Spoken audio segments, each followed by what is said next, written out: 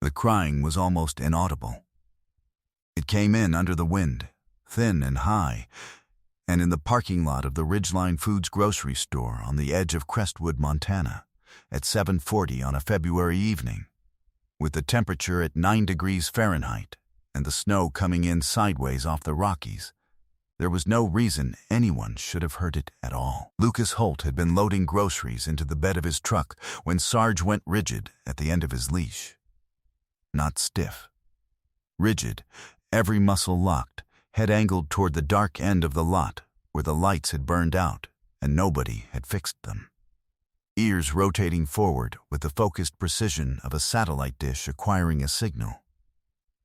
Lucas stopped moving. He had learned, in the years since Sarge had been beside him, that the dog's body was its own intelligence, and that the correct response to that intelligence was to be quiet and listen. He heard it then. Faint, rhythmic, the sound a child makes when they have been crying long enough that the crying has become something automatic, something the body does because it has forgotten how to stop. It was coming from a Chevy sedan, parked at the far end of the lot, covered in snow, engine cold. Lucas was already moving. Sarge was already there. Before we go any further, tell us where you're watching from in the comments below. If this story moves you, please subscribe and stay until the very end. What you're about to hear will not let you go easily. Staff Sergeant Lucas Holt, USMC, retired, was 41 years old, and built in the way of men who have spent their adult lives in physical environments that don't accommodate softness, broad through the chest and shoulders, with forearms that carried the particular density of sustained, practical work, and a posture that was not military formal, but carried the permanent residue of it, the slight forward lean of a man whose body had learned that stillness is a form of readiness.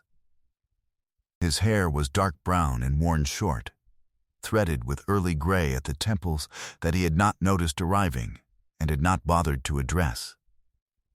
His jaw was wide and clean-shaved.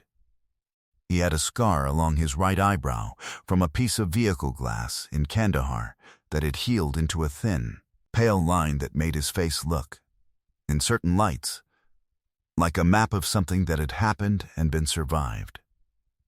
His eyes were a deep, steady brown, not soft, not hard. The particular dark brown of eyes that have looked at a great deal and have organized what they've seen into something they can carry. They did not move the way anxious eyes move, constantly, seeking. They moved the way trained eyes move, deliberately, sector by sector, reading a room or a street or a parking lot the way other people read a page. He was not a man given to unnecessary motion or unnecessary words. He had been that way before the Corps, and the Corps had made it more so. He had done 3 deployments. Fallujah in 2006, Kandahar in 2010, and a 3rd rotation in Helmand Province in 2013 that had ended when a vehicle accident during a night movement put him in a German hospital for 11 days with 3 broken ribs, a ruptured spleen, and a left knee that had been reconstructed twice since and still told him about weather changes before the forecast did. He had mustered out in 2015 with a medical separation and a stack of paperwork, and the particular disorientation of a man who has been moving at speed for 15 years and has been told, abruptly, to stop. He had come back to Crestwood, Montana, where his mother had lived, and where the mountains were the mountains he had grown up looking at, and he had been building. Since then, a life that looked quiet from the outside and was quieter than that from the inside. He was not unhappy. He had Sarge. He had the mountains. He had the particular satisfaction of a man who had found, after some searching, that the place he'd needed to get back to had been waiting for him. He was thinking none of this when Sarge went rigid in the parking lot. He was thinking only about the sound under the wind and how fast he needed to move. Sarge was a 7-year-old German Shepherd, 87 pounds, with a coat of deep black that ran over his back and head and faded at the muzzle, chest, and legs into a warm, dark tan. The black and tan pattern taken to its richest expression, the kind of coloring that made him look, in low light, like a shadow that had decided to become solid.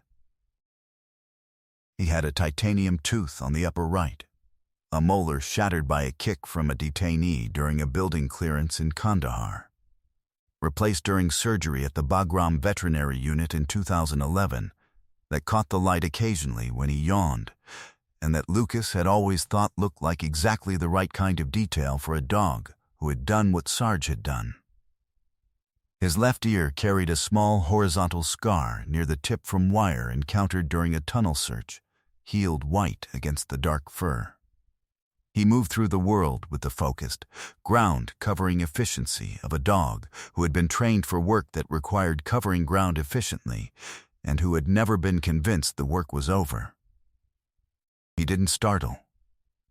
He didn't wander. He processed his environment continuously and without apparent effort, and responded to it with the clean, unhurried precision of a system that was always running, even when it looked like it was at rest. He was the most reliable thing in Lucas Holt's daily life, and Lucas did not consider this a small thing. Crestwood, Montana sat in a valley between two ridgelines, a town of 6,000 that had grown up around the timber and cattle industries and had not fully adjusted to the decline of both. A place where the things that hadn't changed, the mountains, the cold, the particular quality of human stubbornness that thrives where winters are serious, were the things that mattered most. The Ridgeline Foods lot was the largest commercial parking area in town, which made it the default meeting point and overflow for everything from youth sports carpools to after-church gatherings. In good weather, it was lit and busy. On a February night in a moving snowstorm, it was dark at the edges and nearly empty, the fluorescent spill from the store's front windows reaching only a third of the way across the lot before the dark and the snow swallowed it. The wind came off the western ridge in sustained gusts that carried the powdered snow horizontally, the kind of wind that finds the gaps in every coat and makes moving through it feel like argument. The cold was not subtle. It was the kind of cold that stated its terms clearly and did not negotiate. The Chevy sedan at the far end of the lot was a 2014 model, dark blue under the snow that had built along the hood and roof into a thick, rounded layer. Both rear windows were fogged from the inside. The engine was not running. Lucas could see no exhaust vapor from the tailpipe, which meant it had not been running for some time. He made this assessment in the 3 seconds it took him to cross from his truck, because assessment was how he moved through spaces and he could not turn it off even in a parking lot in a snowstorm. Sarge was already at the rear passenger door when Lucas reached the car. He was not barking. He was not scratching at the door. He stood with his nose at the door seam and his tail elevated, and his full attention concentrated on whatever was on the other side of the glass. With the complete stillness of a dog who has located what he was looking for and is waiting for the human to catch up.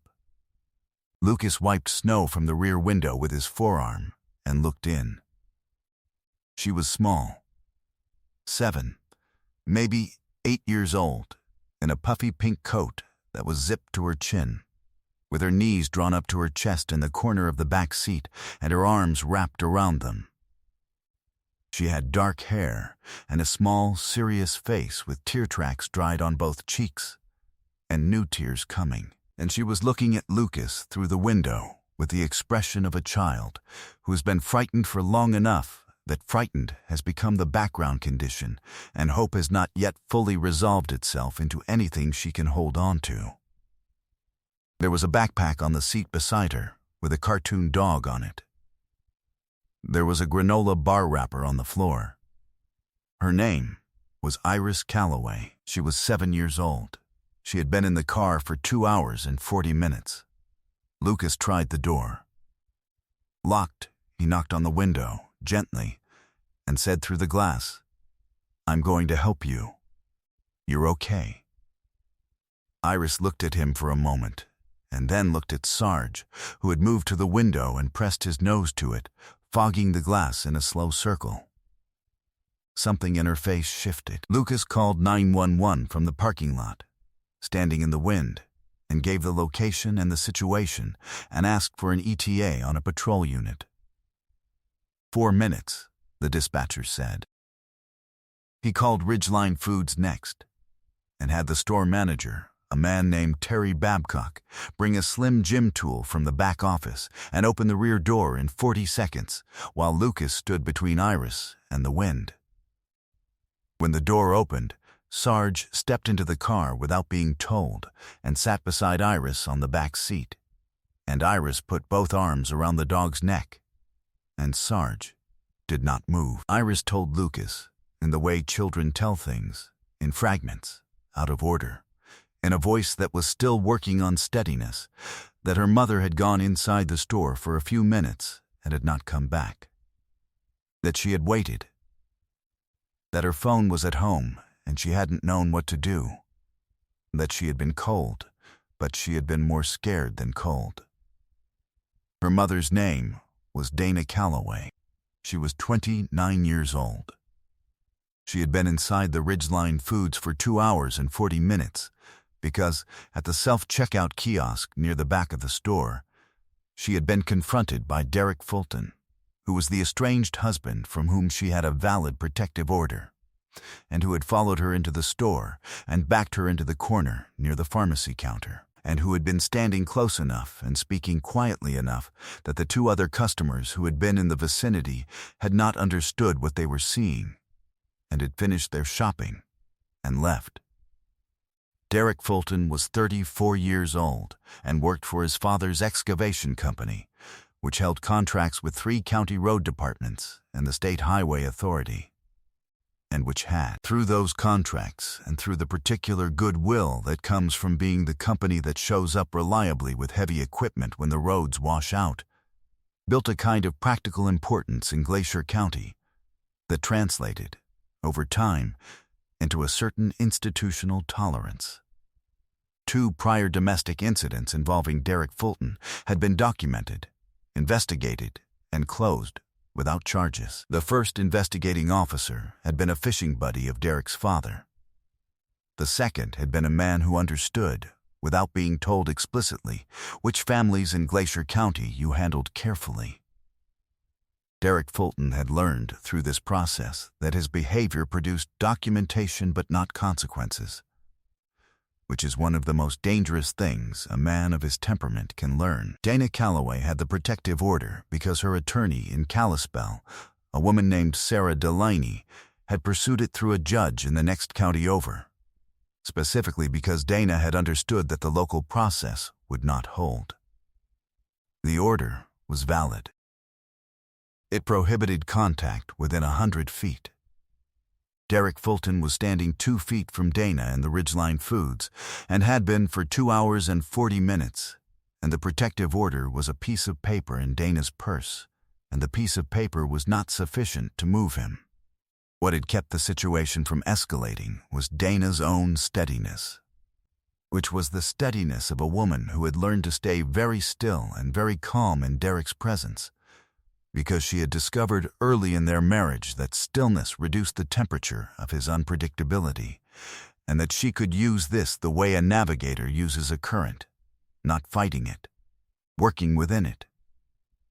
She was afraid. She was also functional inside the fear, which is its own kind of courage, the kind that doesn't get named. She had been working out, slowly, how to get to her phone to call someone without triggering the escalation she was managing against. She did not know yet that her daughter had been in the parking lot for 2 hours and 40 minutes. Iris had told Lucas her mother's name. Lucas had told Terry Babcock, who had gone to the pharmacy counter and seen the situation from 30 feet and come back and told Lucas in 4 words, "Man won't let her leave," and that had been sufficient. Sarge came out of the Chevy when Lucas opened the front door of the store. He did not wait for the command to heel. He moved to Lucas's left knee with his shoulders dropped and his ears forward, reading the room from the entrance, The fluorescent hum, the smell of floor wax and refrigeration, and the specific human chemistry of tension. And the man at the pharmacy counter, whose posture was the posture of someone using their body as a statement of ownership. Derek Fulton looked up when Lucas walked into his sight line. Lucas did not walk fast. He did not approach at an angle. He walked directly toward the pharmacy counter the way he had walked toward a great many things that needed to be walked toward. And the only sound was his boots on the linoleum, and, slightly behind him, the precise and unhurried footfall of an 87-pound German shepherd. Sarge stopped 6 feet from Derek Fulton and sat. He did not growl. He did not show teeth.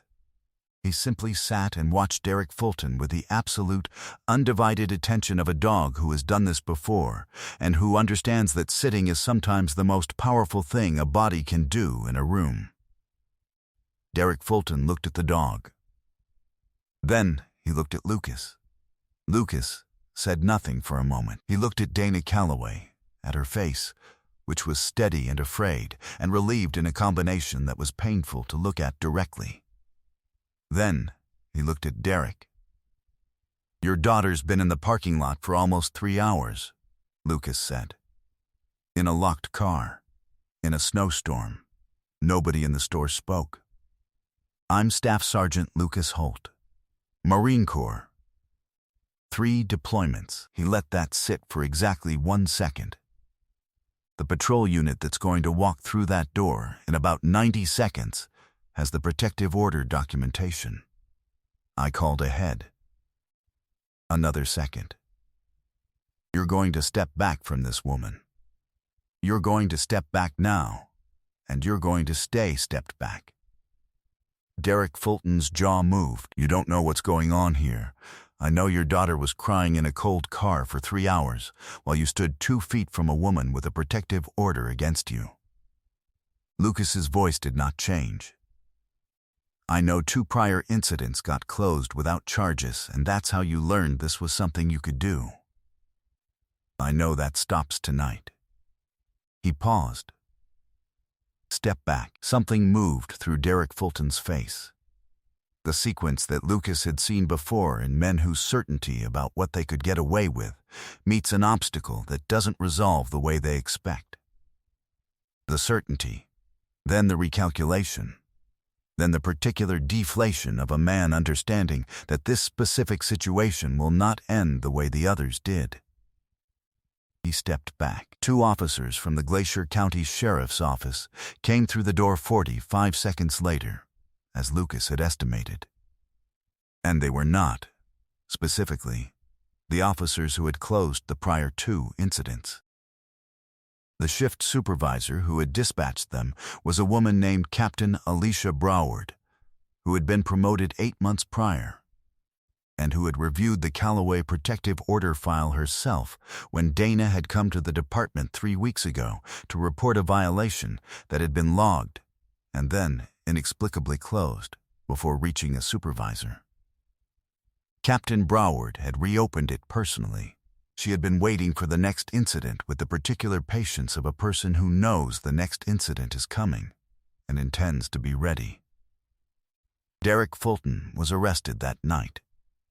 He was charged with violation of a protective order and 2 counts of aggravated stalking. His father called the county attorney's office the following morning, as he had called it twice before, and was told by an assistant county attorney, who was not the same assistant county attorney he'd spoken to previously, that the calls were noted and that they would not be influencing the prosecution. Derek Fulton's bail was set at $85,000. He did not make bail. He was remanded to custody and remained there through his preliminary hearing. The excavation company lost its county road contracts 6 weeks later, following an audit that Captain Broward had referred to the State Contractor Compliance Office. The audit had been pending for 18 months. No one had expedited it before. By the following April, Dana and Iris Calloway were in a rental house on the south side of Crestwood, with a lease in Dana's name and a security deposit that Sarah Delaney's firm had helped arrange through a victim's assistance grant. The cartoon dog backpack was on a hook by the door. There was a small garden in the back that Iris had decided needed to have tomatoes in it, and that Dana had agreed to, because the winter had been long and something that grew toward the sun seemed exactly right. Lucas had not stayed involved in their lives in any structured way. He was not that kind of story, and he did not want to be. But on one afternoon in late March, he had been walking Sarge through the south end of town when they had come past Dana and Iris on the sidewalk, and Iris had said, with the directness of a 7-year-old who has decided a thing is true, "That's the dog that sat with me." Sarge had walked to her and sat down in front of her, and she had put her forehead against his forehead for a moment, the way children do with dogs when they have decided the dog is theirs in some way that doesn't require permission. Lucas had watched this and thought, yes, that's the one. He walked home in the March cold with Sarge at his left knee and the mountains standing where they had always stood, patient and enormous and completely indifferent to everything that happened below them. And he thought that indifference was not actually the right word. The mountains were just mountains. What happened below them was what people did, and sometimes people did the right thing and sometimes they did not. And on the nights when they did not, the right thing was still available to whoever showed up. He had shown up. He was glad of it. His left knee ached the way it always ached. He did not mind. Sometimes miracles don't arrive in grand light from above. Sometimes they arrive in a dark parking lot in a snowstorm, in the form of a dog who hears what human ears have not yet heard and is already at the door before the understanding catches up. God does not always prevent the wrong from happening, but He places people in parking lots and gives dogs ears that don't stop working. And He puts enough courage in frightened women to hold on inside impossible situations until help arrives. Dana Calloway spent 2 hours and 40 minutes in the most afraid she had ever been, using everything she had to keep the temperature from rising, and across a parking lot her daughter held on in the cold, and outside the door of a store a dog was already moving before anyone told him to. Sometimes that is how rescue arrives. Quiet, unhurried, already in motion. Already at the door. If this story moved you, share it with someone who needs to know that the right people still exist and that dogs know things before we do. Leave a comment and tell us where you're watching from. And if you've ever seen someone find their courage in an impossible moment, we would be honored to hear it. That story belongs in the world. If you believe in stories of service, loyalty, and the ordinary courage that saves lives without announcing itself, please subscribe to this channel so you never miss the next one. May God bless you, protect your family, and give you the grace to hear the sound under the wind when someone needs you to stop and listen.